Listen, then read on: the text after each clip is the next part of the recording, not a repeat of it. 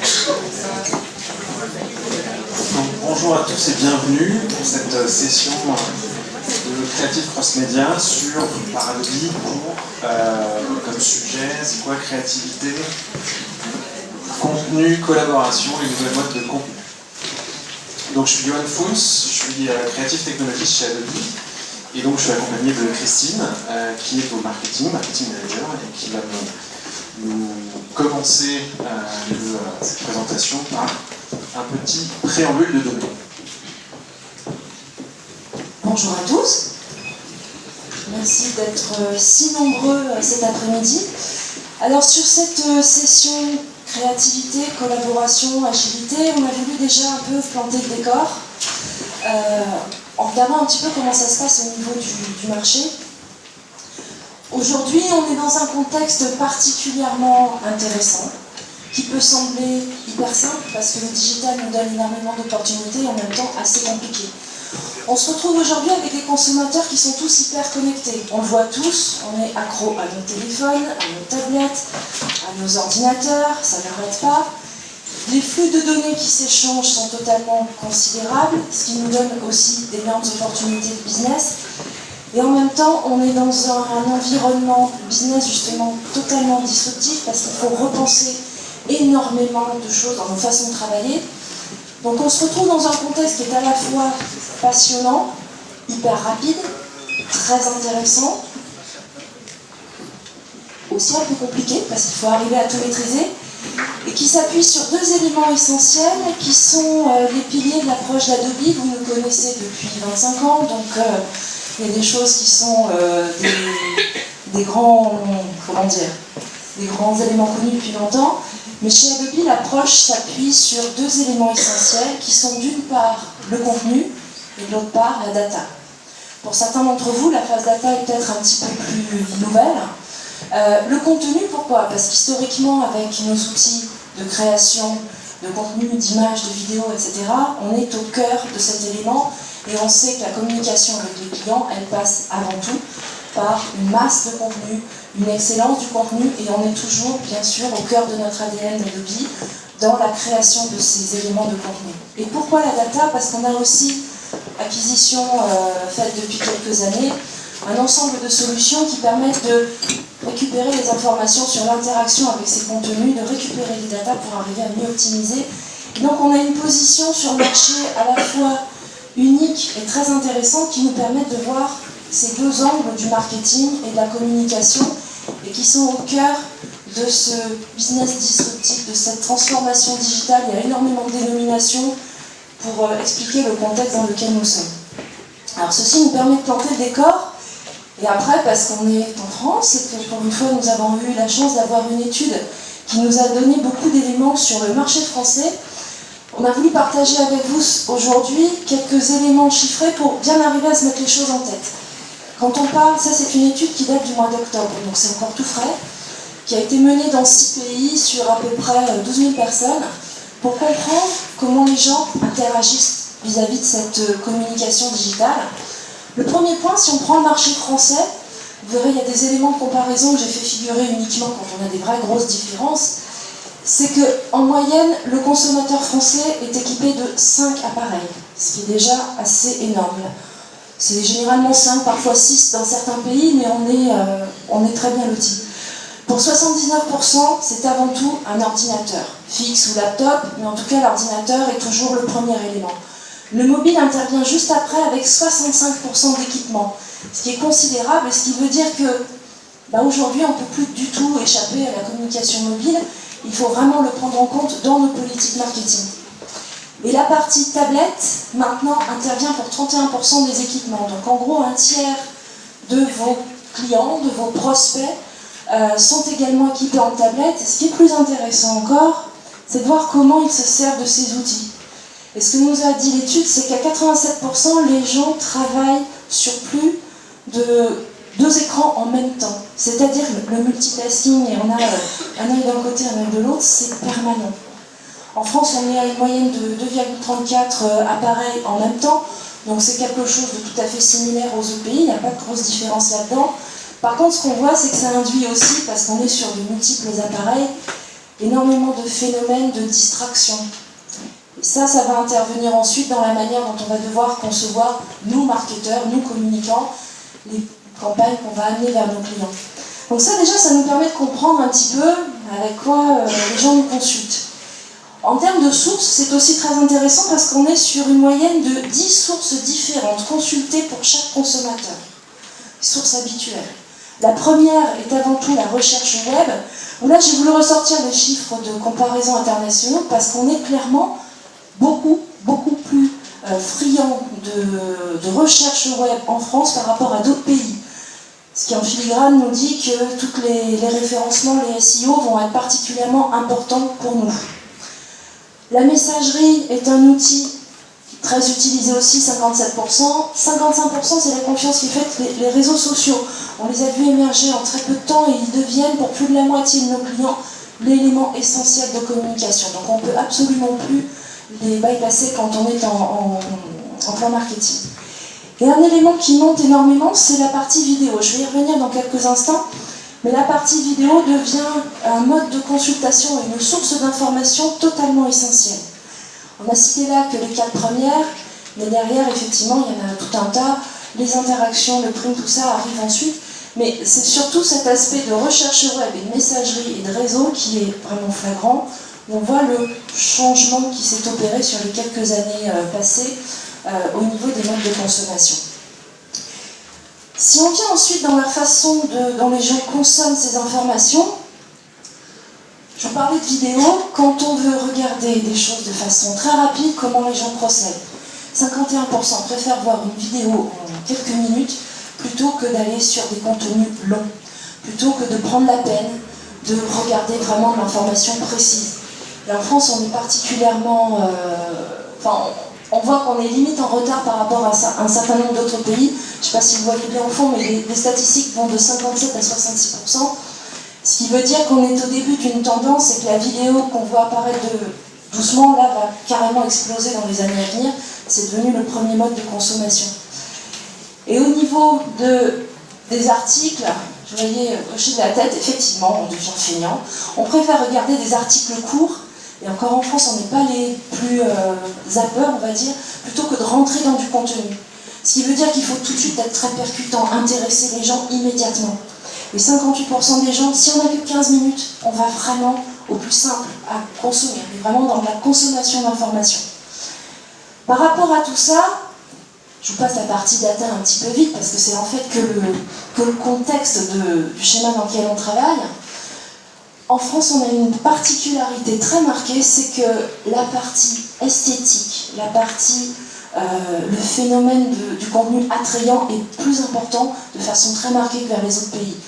Entre un contenu séduisant et un contenu ultra précis, en France, on préfère à 40% aller vers un contenu séduisant et c'est le terme d'entertainment qui a été retenu en anglais, mais attrayant, séduisant, visuellement, esthétiquement bien amené.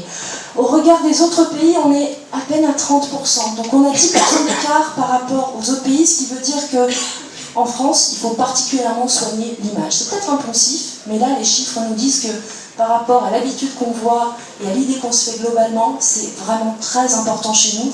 Et nos clients ne nous pardonnent pas grand-chose. Parce que là, ça, ce sont les données françaises, et on a vraiment tendance à lever le pied très très vite dès que ça ne fonctionne pas. Si le contenu est trop long, allez, 68% zappent et passent à autre chose. Soit ils switchent sur un autre élément, soit carrément ils arrêtent de consulter. Si le chargement est trop long, on a peut-être écrit une histoire passionnante avec des images magnifiques, sauf que le système fait que le réseau, que ça devient trop long, allez hop, c'est perdu.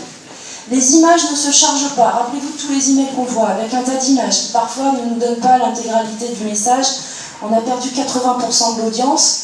Et si l'affichage n'est pas conçu pour mon appareil et qui ne s'affiche pas correctement sur mon portable, avec un look qui ressemble plutôt au site web, et c'est presque ça, mais pas tout à fait, allez, 80% des gens dégagent aussi.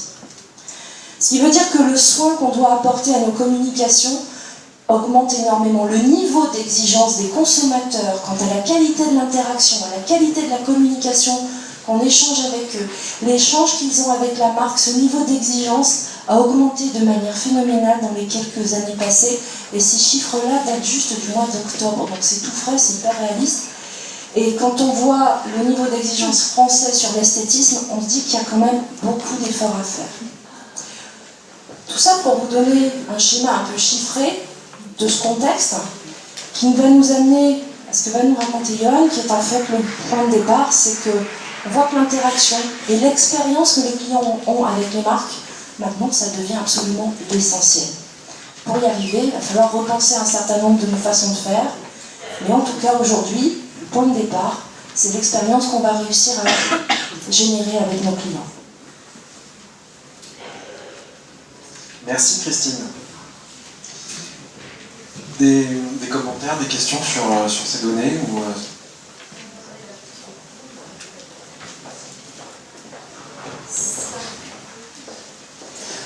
J'ai pas de valorisation pour repiocher dans la grande data, j'ai pas de valorisation exacte, mais c'est ce qu'on appelle court en général, c'est une consultation sans scroller sur un visuel, sur un élément d'affichage. Donc c'est pas forcément en numéro de signe, je l'ai pas, mais c'est l'opposition entre ce qu'ils ont appelé des articles longs, donc multipages, des articles de fond, où là on va vraiment creuser le sujet, et un article, en fait on est assez tape à l'œil, on donne l'info de base, et on va dire en une consultation sur l'écran, on a l'essentiel de l'info. Après, ça ne veut pas dire que les articles longs ne doivent plus exister, au contraire, mais en tout cas, bien au contraire. Il y a toute la valeur des articles de fond. Simplement, il y a peut-être un moyen d'attirer les gens et de leur proposer un aperçu de ce que va être l'article avant pour savoir s'ils ont envie d'y aller ou pas. Bien. Alors, au passage, on va faire juste une petite aparté. On est entre nous, c'est bon. Petit aparté sur les tendances qu'on a sur les écoles de design aujourd'hui, et notamment dans toutes les principales de France. Notamment, moi j'étais jury à l'école de design de Nantes l'année dernière sur les masters, et on a dû ressortir beaucoup d'étudiants en design sur la partie data design, sur la partie motion design, interaction design. Donc ça veut dire quoi? Ça veut dire qu'il y a un changement de fond en France sur le design lui-même. Et le data design, c'est quoi? C'est je suis créatif, je fais du design, mais en input, en entrée, qu'est-ce que j'ai? J'ai pas un brief du marketing ou quoi que ce soit. Je vais avoir en fait une feuille Excel avec des données dedans. Et je vais les travailler, je vais déjà les analyser pour les comprendre, je vais voir ce qu'il y a dedans, je vais en faire ressortir la substantifique moelle, et je vais la designer sur un format que je décide, que je propose à mon client. Par exemple, ça peut être un poster, ça peut être un site internet, ça peut être une petite appli mobile ou ce genre de choses. Et ça, c'est assez fort. Il y a vraiment beaucoup de jeunes designers qui se lancent dans ce domaine-là et qui trouvent beaucoup de travail dans ce domaine-là, dans la presse notamment. Sur le motion design, bah là ça paraît un peu évident, mais ça booste beaucoup, ça marche énormément, surtout quand on le mêle en plus à du data design, ça faire du motion avec de la donnée, ça marche plutôt bien et ça fait partie des grosses tendances du marché sur le design. Et après, l'interaction design, là on s'attaque plus au côté mobile, où là bien évidemment il y a une lame de fond depuis pas mal d'années qui monte, et voilà, l'interaction design, ça fait partie des gros sujets et des grosses appétences sur les étudiants du design. Tout ça dans quel but? On l'a vu tout à l'heure, le tableau a été dressé. L'objectif, c'est de se faire adopter par les utilisateurs. Et ça, on a tendance à l'oublier, c'est que, et c'est ce qui change beaucoup avec le mobile notamment, c'est qu'aujourd'hui, c'est les utilisateurs qui vont décider d'adopter ou pas vos moyens de communication, vos applications mobiles, etc. Et donc, on le sait, notre téléphone portable, c'est notre doudou, on l'a adopté, et les contenus qu'il y a dessus, les applis que vous installez dessus, vous les adoptez aussi. Et c'est pas les marques qui décident de pusher les applis sur votre téléphone. C'est bien les utilisateurs qui décident. Et ça change la donne, ça redistribue les cartes sur le digital, sur le marketing et la communication. Et bien évidemment, ce qu'on a vu avec Christine tout à l'heure, l'expérience, ça compte plus que jamais. Et c'est vraiment aujourd'hui, maintenant que ça démarre de plus en plus fort. On parle d'expérience utilisateur, on parle d'expérience client. Dans toutes les grosses sociétés françaises, la customer experience, c'est un des trucs les plus importants, hein, ça fait partie des buzzwords avec le big data, avec plein d'autres choses. Alors on essaie de s'organiser, mais aujourd'hui, dans les sociétés françaises, les gros comptes, c'est assez compliqué parce que être centré client, ça veut dire que c'est vraiment une philosophie, ça veut dire être moins centré sur mon produit, moins centré sur mes bénéfices ou ce genre de choses. Et ça demande quand même un effort assez certain. Et le digital là-dessus est assez pionnier. Parce que ça pardonne pas, quoi. Si je me plante, les résultats sont directement visibles. Du coup, comment faire une bonne expérience client? Alors, du coup, il y a beaucoup de gens qui ont travaillé là-dessus, etc. Je vous passerai les détails quand on en est arrivé là, mais concrètement, il y a certaines recettes, et celle-ci est plutôt bonne, elle fonctionne bien. Elle va mélanger 4 éléments clés pour fabriquer, pour designer une expérience client qui a de la valeur, notamment la partie séduisante. Donc ça fait partie des choses qui, vous le savez, sur la communication qu'on fait depuis pas mal d'années, mais c'est plus vrai que jamais. Et c'est designer la bonne émotion, créer la bonne émotion sur mon utilisateur, sur la personne à qui je veux communiquer. Ensuite, il y a le côté personnel. Alors ça, c'est un peu différent, ça vient plus du marketing. C'est comment je vais créer quelque chose de personnalisé pour les utilisateurs qui vont utiliser mon service ou vers qui je vais communiquer. Là, ça devient un peu plus compliqué. Mais c'est grosso modo le bon contenu. Comment je pousse le bon contenu aux gens que je cible. Parce que concrètement, si on me pousse, moi, en tant que client ou en tant qu'utilisateur, un contenu qui ne m'intéresse pas, je ne vais pas du tout m'y intéresser et je vais le zapper, comme on l'a vu tout à l'heure dans les chiffres.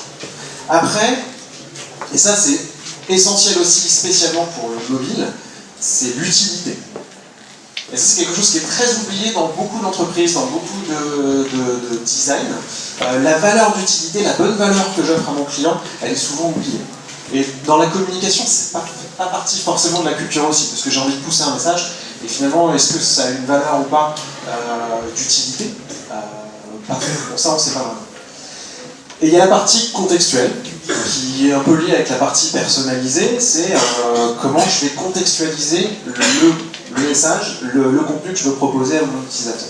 Donc c'est le bon écran, le bon moment aussi, le bon timing. Ça fait partie des choses vraiment importantes. Alors, maintenant, comment en tant que designer, je vais essayer de faire ce genre de choses? Est-ce que cette recette-là, elle fonctionne? On va s'intéresser à la partie personnelle. On va essayer de commencer comme ça, on va faire l'exercice ensemble. Et si je devais, alors désolé pour le côté un peu geek, mais si je devais créer une petite fonction pour faire du personnalisé, pour personnaliser le contenu, qu'est-ce qu'on ferait? On passerait le contenu et on dirait que, en fait, concrètement, il est multiplié par le nombre de segments clients que j'ai, ou de profils clients. Donc déjà, ça fait une multiplication. J'ai des contenus, mais il va falloir que j'en fasse un pour chaque type de segment que je veux cibler. Donc déjà, c'est déjà une première multiplication. Si je veux faire du contextuel, la fonction, ce serait quoi? Ce serait la même chose, sauf que le contenu serait multiplié par le nombre d'écrans, plus multiplié par, on va dire, la position géographique et tout le contexte technologique qui va avec les appareils et tous les contextes qu'on peut récupérer. Donc ça multiplie encore une fois mes contenus. Donc le résultat, c'est quoi?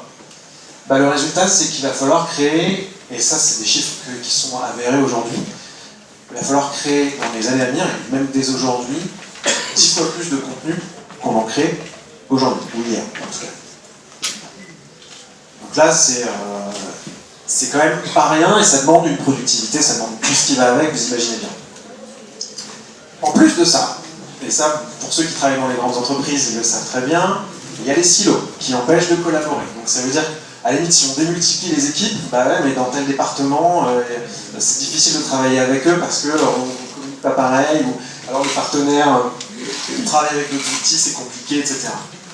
Donc le silo, ça on l'a tous vécu, mis à part quand on est freelance, encore qu'avec les clients, c'est un peu la même chose. Et puis, on a aussi des outils qui sont parfois bien dépassés. Alors là, je parle aussi des entreprises, des grandes entreprises, où on a des outils qui donnent un peu de Mathusalem. Et ça, c'est compliqué. Autant les freelances, ils arrivent à se mettre à jour, ils arrivent à avoir les derniers outils, etc. Faire un peu ce qu'ils veulent, s'ils ont envie d'utiliser un site ou un service quelconque. D'ailleurs, aujourd'hui, on le voit, c'est vraiment les utilisateurs. C'est dans notre vie personnelle qu'on a la meilleure expérience digitale. C'est là où on peut utiliser les outils qu'on veut. Dès qu'on est en entreprise, on est bloqué par les contraintes de sécurité, par ceci, par cela. Et puis on n'a pas le droit d'utiliser WeTransfer, on n'a pas le droit d'utiliser Dropbox. Moi j'ai même vécu le truc où on devait envoyer des fichiers assez lourds, en type vidéo au Japon, pour demain, voire pour aujourd'hui. Et on utilise WeTransfer et la sécurité qui se pointe qui dit non, vous n'avez pas le droit de faire ça. Ah bon? Alors je fais comment? Là, vous utilisez autre chose. Bah d'accord, mais quoi?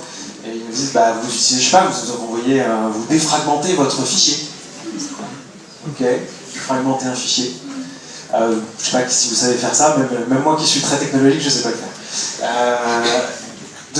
Alors je leur dis, mais non, on sait pas faire ça, bon bah vous envoyez un CD-ROM. Ok, raccourci. Donc là c'est compliqué quand même. Donc en tant que free, on arrive à travailler, mais voilà, en entreprise c'est quand même délicat. Mais on se calme, ça va. Ça va, il y a heureusement des solutions aujourd'hui. Et les solutions aujourd'hui, elles sont assez simples finalement, et vous les vivez quotidiennement. C'est qu'aujourd'hui, l'accès aux services cloud, aux différents outils, etc., il est de plus en plus possible, et notamment dans les entreprises. On arrive enfin à des moments où, bon ok, on travaille avec Microsoft ou avec des outils Apple ou autres, on arrive à faire passer ça heureusement. Et la collaboration, je parle surtout pour les designers, ça commence à rentrer dans les mœurs. Parce que les designers, ça a tendance quand même à travailler un petit peu de son côté, soit quand on est free ou on travaille. La collaboration réellement en entreprise, c'est assez compliqué quand même. Et aujourd'hui, ça rentre dans les mœurs, il y a vraiment du partage qui commence à se faire, une vraie collaboration. Et les outils, évidemment, ils contribuent et ça facilite la vie parce que avec tous les contenus qu'il va falloir fabriquer, les expériences qu'il va falloir créer, à un moment donné, il va falloir arriver à mieux travailler ensemble. Bon, ça, c'est pas nouveau, mais en tout cas, c'est assez important. Et puis, il y a aussi l'accès aux matières premières. Alors, c'est quoi les matières premières d'un designer, d'un créatif? C'est tout ce qui est iconographie, la photo, tout ce qui est vecteur, des vecteurs sur lesquels je vais travailler, tout ce qui est police de caractère, etc. Et ça, jusqu'à présent, on s'en préoccupait pas trop. Les designers, bon, j'ai des polices sur mon poste, je vais les utiliser, ou alors en acheter ce qu'il faut en acheter, mais c'est le client qui doit les acheter, alors c'est compliqué. Et aujourd'hui, heureusement, ça devient de plus en plus simple d'obtenir de la matière première pour des prix qui sont abordables, ou même en open source. Aujourd'hui, il y a pas mal de matières premières open source pour les créatifs. Donc ça vient faciliter le travail au quotidien pour les designers. Donc on n'est plus seul. On se sent plus seul, quand on est complètement isolé dans ce monde avec notre poste de travail qui n'est pas forcément connecté et avec l'angoisse de la page blanche derrière et par quoi je commence, etc. Parce que commencer assez rapidement, c'est assez important pour un designer aussi. Donc, concrètement, pour produire des contenus, il faut quand même de la plateforme aujourd'hui. Et c'est assez essentiel, et on s'en rend compte, nous, avec tous les clients avec qui on travaille, pour vraiment fluidifier le workflow. Aujourd'hui, il faut travailler sur de la plateforme. Pour faire quoi? Pour faire du collaboratif, pour avoir des outils connectés, pour aussi obtenir des ressources sur le web. Tous les designers qui sont dans la salle ne vont pas me contredire, mais quand on fait des recherches d'images ou autres, on sert d'Internet, quoi. Vous vous imaginez aujourd'hui travailler avec des postes non connectés à Internet? Ça arrive à des gens d'entreprise. Ce qui est quand même assez triste. Donc accéder à ces ressources facilement, directement, c'est hyper important. Et puis après, pouvoir partager ce travail-là. Et le partager, c'est pas juste pour le plaisir, c'est aussi pour avoir des retours sur mon travail, de mes pairs, mais aussi de mes clients, etc. etc. Et ça, c'est hyper important de pouvoir les partager simplement. Aujourd'hui, la norme, concrètement, c'est du WeTransfer. D'accord? C'est vraiment ça. Et aujourd'hui, les clients, toutes les grandes entreprises, le WeTransfer, ça ne respecte pas les normes de sécurité. Donc, comment on fluidifie ça? C'est quand même de la plateforme qui vient aider les designers. Et puis, finalement, tous les IT, tous les métiers, on dispose d'une plateforme, pourquoi pas les créatifs aujourd'hui. Ensuite, on va parler de la partie séduction, émotion. Alors là, ça devient plus compliqué. Parce que là, on était vraiment centré sur les contenus et la partie, on va dire, production. Mais comment on rend quelque chose de séduisant? Donc on va essayer de créer de l'émotion. Et là, tout de suite, on va rentrer dans la notion de test, d'ambiance. Un créatif, on va dire graphique, va essayer de créer de l'ambiance, une ambiance pour sa créa, quelque chose avec des couleurs, avec une iconographie très spécifique, une tonalité, etc. Et ça, c'est un parti pris créatif, et c'est important de le conserver. Par contre, c'est important aussi de le tester. Et ça, pour avoir ce retour-là, c'est pas si évident non plus. Et puis, il y a la partie utilité. Alors, comment créer de la valeur utile? Et bien là, ça va être le même principe.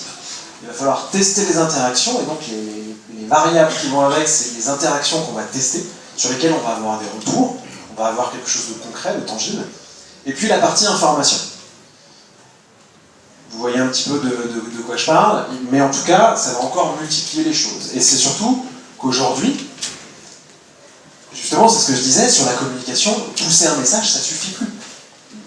Les gens ne s'attendent pas juste, ils n'attendent pas qu'on leur pousse des messages, et c'est pas ça qui va les engager. Et créer une expérience digitale, créer une expérience sur les différents supports, c'est pas ça. Ça en fait partie, on a besoin de pousser des messages, c'est très important, mais c'est pas ça qui fait l'essentiel de l'expérience. Aujourd'hui, donc il faut vraiment être utile, ça là-dessus c'est clair, et notamment sur le mobile, essentiellement, on est utile ou alors on se fait jeter. Et la notion, le concept d'application Kleenex, vous l'avez tous vécu. Il y a un push d'une marque qui me dit télécharge mon appli, je l'ouvre, je la télécharge, je l'installe, je l'ouvre une fois, je regarde ce que c'est, ça m'intéresse pas, ou c'est mal foutu, ou ça fonctionne pas si bien que ça, ou simplement ça n'a pas de valeur pour moi. Et après je la referme et je l'oublie, quoi. Donc alors après ça s'accumule sur le téléphone, et puis après il faut faire le ménage parce qu'on n'a pas forcément beaucoup de place. Donc après on les efface au fur et à mesure parce qu'on se dit ah tiens cet appli-là je m'en suis jamais servi en fait, je l'ai ouvert une fois, ça m'apporte rien. Donc c'est là où la valeur d'utilité c'est essentiel aujourd'hui. Et c'est quelque chose de relativement nouveau sur le marché mais qui explose. Parce que la question qu'on se pose c'est est-ce que c'est toujours notre bon publicitaire créatif qui fait son message, alors désolé du cliché mais c'est assez drôle. Mon hipster créatif, est-ce qu'il a toujours de la valeur? Ou est-ce que finalement on passe à un designer type scientifique qui vient faire des tests partout? Alors la vérité elle est peut-être un peu entre les deux, et vous le savez parce qu'il y a plusieurs conférences sur le sujet et c'est très en vogue en ce moment. La vraie réponse à ça c'est l'UX, c'est le user experience. D'accord? C'est quoi? C'est un domaine qui va rassembler un peu tout ça. Et qui s'appuie sur son papa fondateur, qui est Don Norman, qui a écrit le livre The Design of Everyday Things. Alors je ne sais plus la date, mais c'est dans les années 94, je crois, un truc comme ça. Il travaille chez Apple, ce monsieur, et il a écrit ce bouquin que je vous recommande, et qui est vraiment intéressant à lire, parce qu'on se rend compte justement notamment de la notion du concept de l'affordance, qui est comment rendre quelque chose compréhensible et utilisable. Et puis le deuxième bouquin qui fonctionne, c'est beaucoup plus récent, c'est la notion de Lean Startup, qui est très utilisée chez les startups de la Silicon Valley, en Californie, et qui est basé sur un constat très simple, hein, c'est qu'on a beau mettre les méthodes qu'on veut, essayer de tirer les leçons qu'on veut, et avoir les visions qu'on veut sur les produits, on peut être un super créatif, on peut être un super entrepreneur. Finalement, ce qui fonctionne, c'est de lancer très rapidement un produit sur le marché, le tester auprès des utilisateurs, récupérer les retours qu'on a d'eux et retravailler le produit jusqu'à ce que ça fonctionne. Et si vraiment à un moment donné ça ne fonctionne pas, il y a ce qu'on appelle la notion de pivot, c'est-à-dire qu'on va carrément soit changer de business model ou changer de produit carrément. Enfin, en fait, on ne s'interdit pas de faire un virage à 90 degrés en tant qu'entrepreneur pour pouvoir continuer sa société. Et ça marche, c'est très très en vogue et ça fonctionne très très bien. Et notamment dans ce livre-là, il explique que ça peut aussi fonctionner dans les grandes entreprises, dans les départements. Alors c'est un peu plus compliqué parce qu'on est moins flexible, etc. Mais l'autonomie qu'on peut avoir dans certaines entités, etc., aide beaucoup à pouvoir implémenter ce genre de choses. Donc c'est basé sur quoi? C'est basé sur évidemment de la recherche à la base. Et quand je dis recherche, c'est quoi? C'est de la recherche type focus group, pour ceux qui l'ont déjà fait, c'est-à-dire on va interviewer des gens, on va leur demander quels sont leurs usages, comment ils vont utiliser tel ou tel service dans le digital, etc. On va aussi faire, pourquoi pas, des études ethnographiques, si ça touche un pays très spécifique. On va faire beaucoup d'interviews sur le terrain aussi. Et il y a aussi ce qu'on appelle le mode shadow, donc le mode ombre. On va vraiment suivre quelqu'un dans son utilisation du digital ou d'un service pendant une semaine, 2 semaines. Après, on ne dit rien, juste on le suit. Et après, on analyse son comportement. L'objectif de tout ça, c'est quoi? C'est d'identifier les problèmes des gens. Parce qu'aujourd'hui, il y a plein de services ou de communication digitale qui ne touchent pas les vrais problèmes qu'ont les gens et qui ne viennent pas solutionner un problème. Et en général, c'est la raison pour laquelle ils ne sont pas vraiment utilisés. Donc la recherche, on appelle ça des UX researchers, et ça fait vraiment partie des choses qui sont mises en place pour des services digitaux. Après, évidemment, il y a la partie design, mais je vais la développer un petit peu. C'est pas le design au sens créatif, au sens maquettiste. C'est vraiment le design où un designer, il a besoin de connaître les matières avec lesquelles il va travailler, il va aussi connaître les contraintes, etc. et le mettre les mains dedans et travailler cette matière-là, ça lui fait pas peur. Et ça, c'est vraiment un nouveau, enfin, c'est pas si nouveau que ça, parce que le design industriel en France, ça fait quand même pas mal d'années qu'on en fait.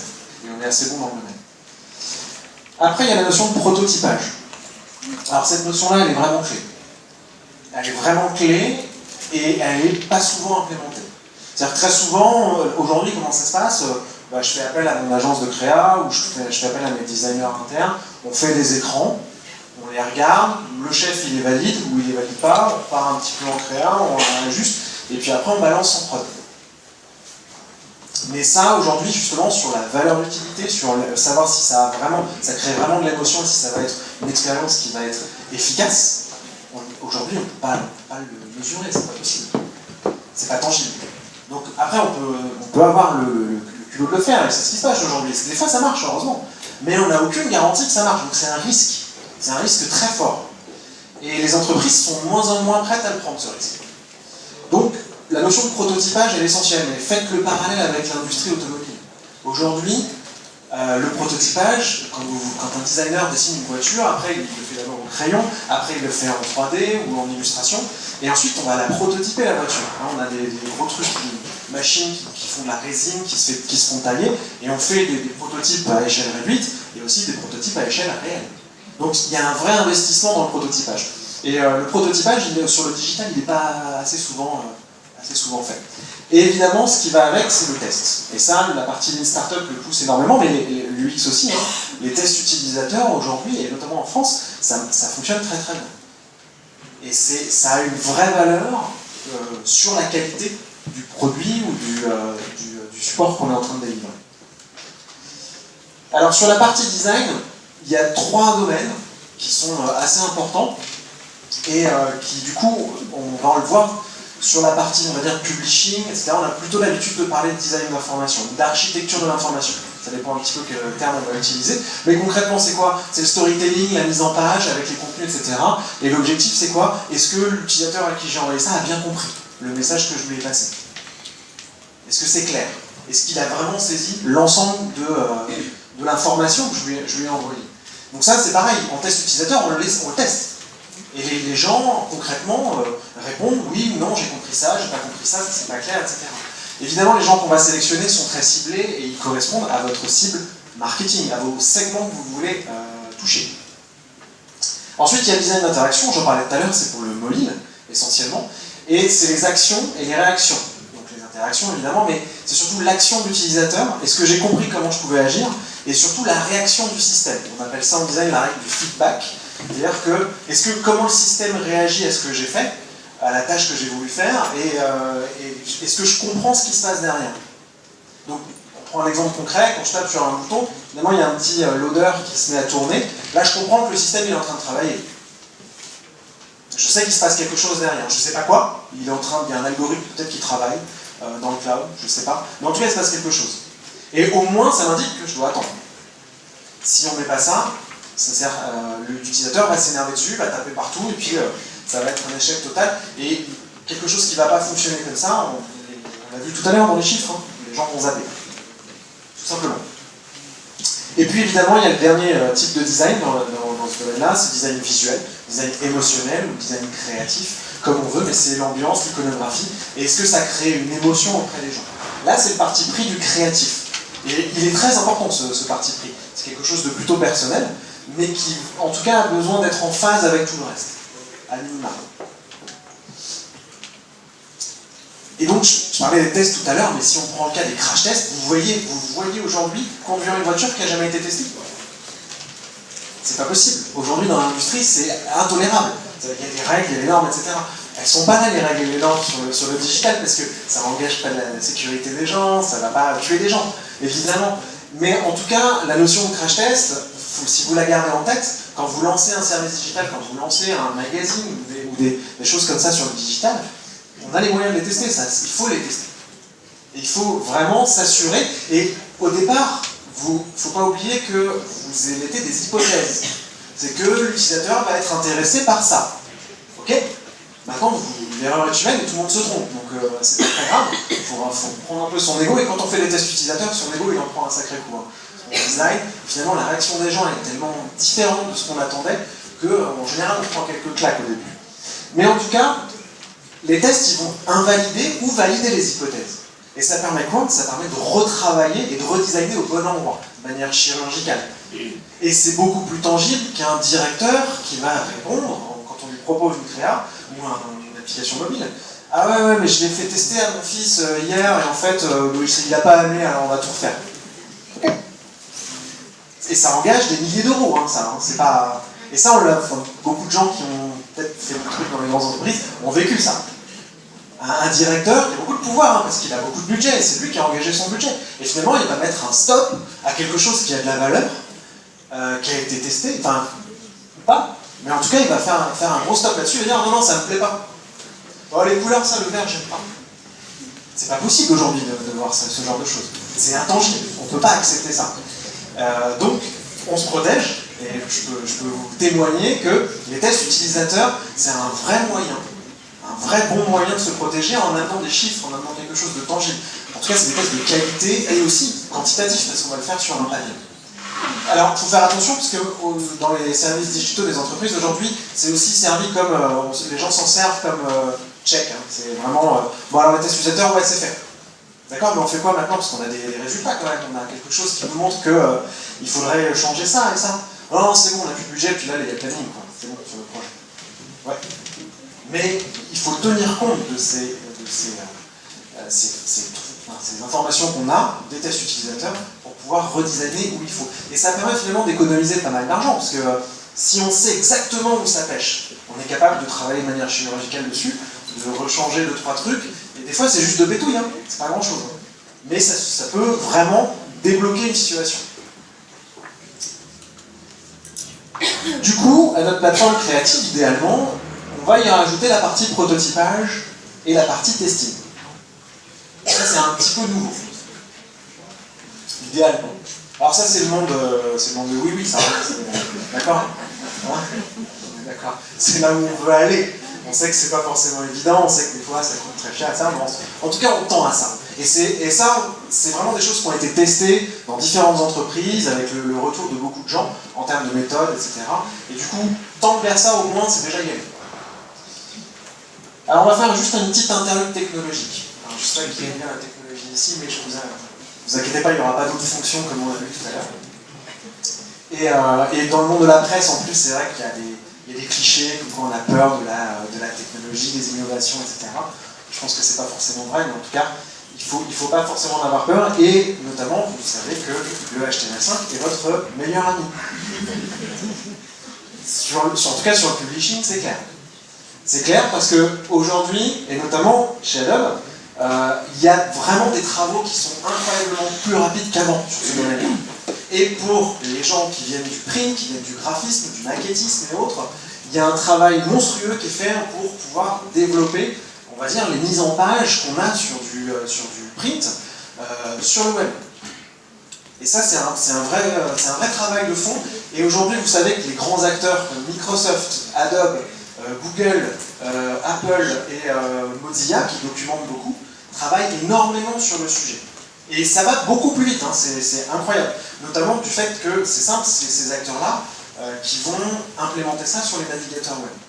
Donc à partir du moment où c'est vous qui le faites, ça facilite quand même grandement les choses. Mais en tout cas, ça va à une vitesse incroyable par rapport à il y a quelques années.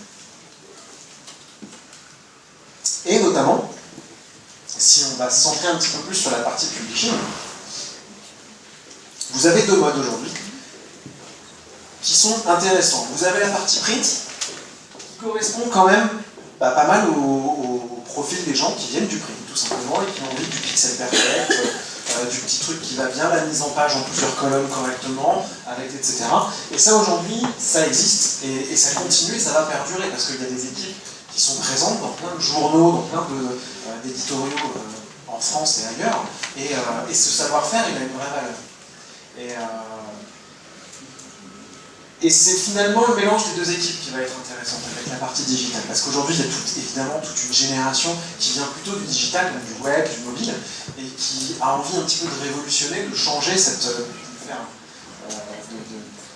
révolutionner oui, ce domaine-là, en ramenant justement toute la partie digitale, etc., via le HTML5. Mais c'est pas incompatible, et ça marche très très bien. Et finalement, c'est la fusion de ces deux équipes avec beaucoup d'effervescence à l'intérieur, beaucoup de travail collaboratif, qui va permettre de créer peut-être quelque chose de nouveau.